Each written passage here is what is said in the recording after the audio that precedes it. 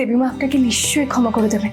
আপনি দেখবেন, কারণ আমি জানি যে দেবীমা নিজের ছেলের প্রতি কোনোদিনও রাগ করতে পারেন। আমি জানি না এই লড়াই কবে শেষ হবে, কিন্তু যতদিন না এই কঠিন লড়াই শেষ হচ্ছে, ততদিন আমার মন কিছুতেই শান্তি পাবে না, কিছুতেই না। কুসুম এত মন খারাপ করে বসে আছে, এইভাবে তো খেতেও রাজি হবে না। আমাকেই অন্য কোনো উপায় বের করতে হবে।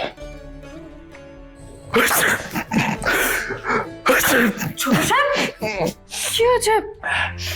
আপনি ঠিক আছেন? আপনার কি ঠান্ডা লেগেছে? না না না না না না না, এরকম আপনি এত হাঁচি দিচ্ছেন, নিশ্চয়ই জ্বর বা সর্দি বাড়তে পারে, কাশিও হতে পারে।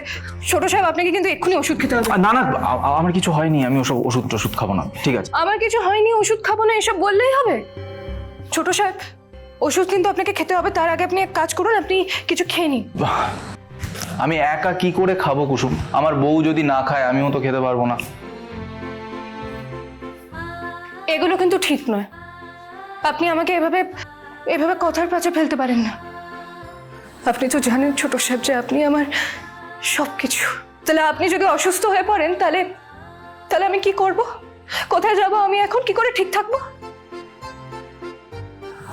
আর তুমিও তো জানো যে আমার এই একটি মাত্র বউই আমার জন্য সব। তাহলে সে যদি না খেয়ে অসুস্থ হয়ে যায়, আমি তাহলে কোথায় যাব? এসো বসো, খাবে, চলো।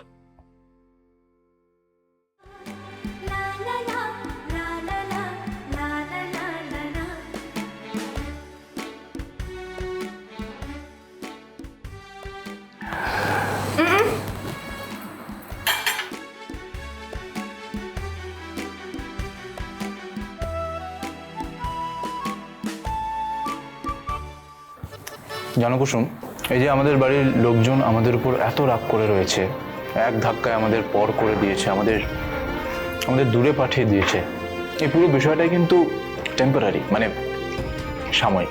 আসলে এই রাগের মধ্যে ঘেন্না, বিতৃষ্ণা, অভিমান জমে আছে বলে আমাদের মনে হচ্ছে তো, কিন্তু এই রাগের মধ্যে আমাদের প্রতি তাদের ভালোবাসাও আছে। আর দেখো, সেই ভালোবাসার জোরেই ওরা আমাদের একদিন ঠিক কাছে টেনে নেবে। মা নিজে আসবে তোমাকে নিয়ে যেতে। গাঙ্গুলি বাড়ির বড় বউয়ের সম্মান, ভালোবাসা সব তুমি পাবে কুসুম। সত্যি বলছি? তুমি আমাকে ভালোবাসো?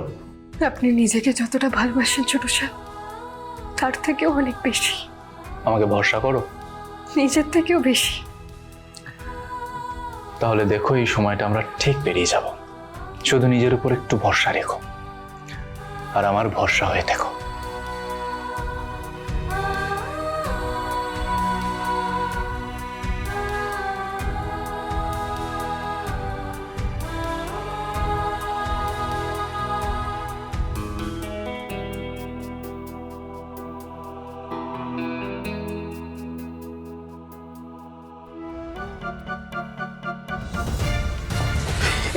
আরে কি, তুমি এখানে বিছানা করছো কেন? ছোট সাহেব, আপনি খাটে ঘুমিয়ে পড়ুন, আমি এখানেই ঘুমিয়ে পড়বো, আমার মানে? অসুবিধা হবে না। কুসুম, কুসুম, তুমি এই কথাটা কেন বুঝতে পারো না বলো তো? তুমি এখন আমার স্ত্রী, তুমি কেন আলাদা শোবে? ছোট সাহেব, আমি দেবী মায়ের অনুমতি ছাড়া আমাদের এই সম্পর্ক শুরু করতে চাই না। তাই দেবী মা যতদিন না আমাদের সম্পর্ক স্বীকার করে নিচ্ছেন, ততদিন আমি দাম্পত্য জীবন শুরু করতে পারবো না ছোট সাহেব। দেখি বালিশটা দাও, আর এখানটায় চুপটি করে বসো বসো। আচ্ছা, আমাদের সম্পর্ক তো কখনোই একসঙ্গে থাকা না থাকার উপর নির্ভর করেনি কুসুম। তাহলে আজকে তুমি আমার সাথে থাকতে এত হেজিটেট করছো কেন? একটু আগেই তো বললে যে তুমি আমাকে ভরসা করো।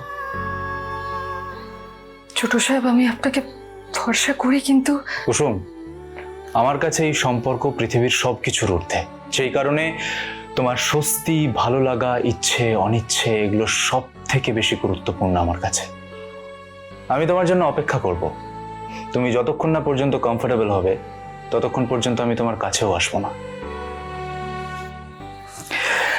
কিন্তু একটা কথা বলো কুসুম, যখন আমরা অনুশ্রীর বাড়িতে গিয়েছিলাম তখন কিন্তু আমরা একটাই বিছানা শেয়ার করে শুয়েছিলাম। তাহলে তারপরেও তুমি আজকে মেঝেতে শুতে চাইছো কেন? এখন তাই চুপচাপ শুয়ে পড়বে। চল এসো।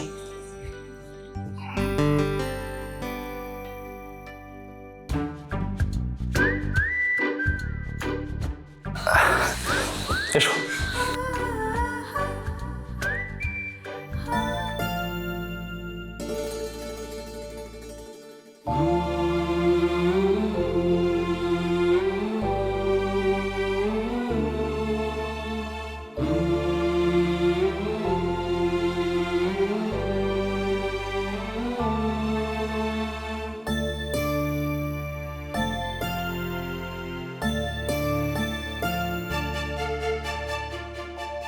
Good night.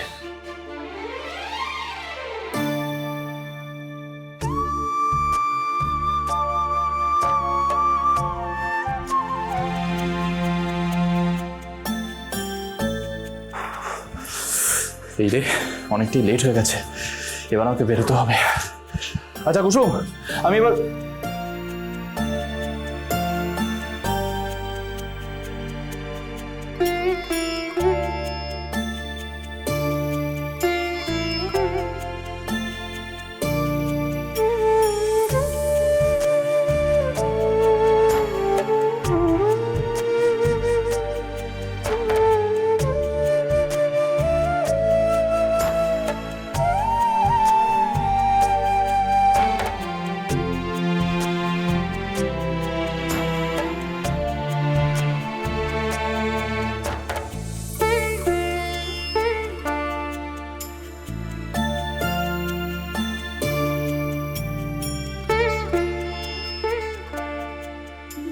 ছোট সাহেব, আপনি কোথায় যাচ্ছেন?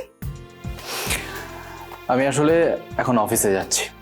আজ অফিসে একটা গুরুত্বপূর্ণ মিটিং রয়েছে, আর আমি নিশ্চিত মা এক্সপেক্ট করছে আমি ওখানে থাকবো। তাই আমি মাকে কোনো রাগ বা অভিমান করার চান্সই দেবো না। তাই জন্যই তো আমি এখন তাড়াতাড়ি যাচ্ছি, যাতে সঠিক সময়ে আমি মিটিংটা অ্যাটেন্ড করতে পারি। হ্যাঁ ছোট সাহেব, অফিসে গেলে আপনি তো দেবী মায়ের সাথে রোজ দেখা করতে পারবেন, আর দেবী মায়ের কাছে ক্ষমা চাওয়ার সুযোগটাও অনেক পাবেন। দেবী মা আপনাকে নিশ্চয়ই ক্ষমা করে দেবেন, আপনি দেখবেন।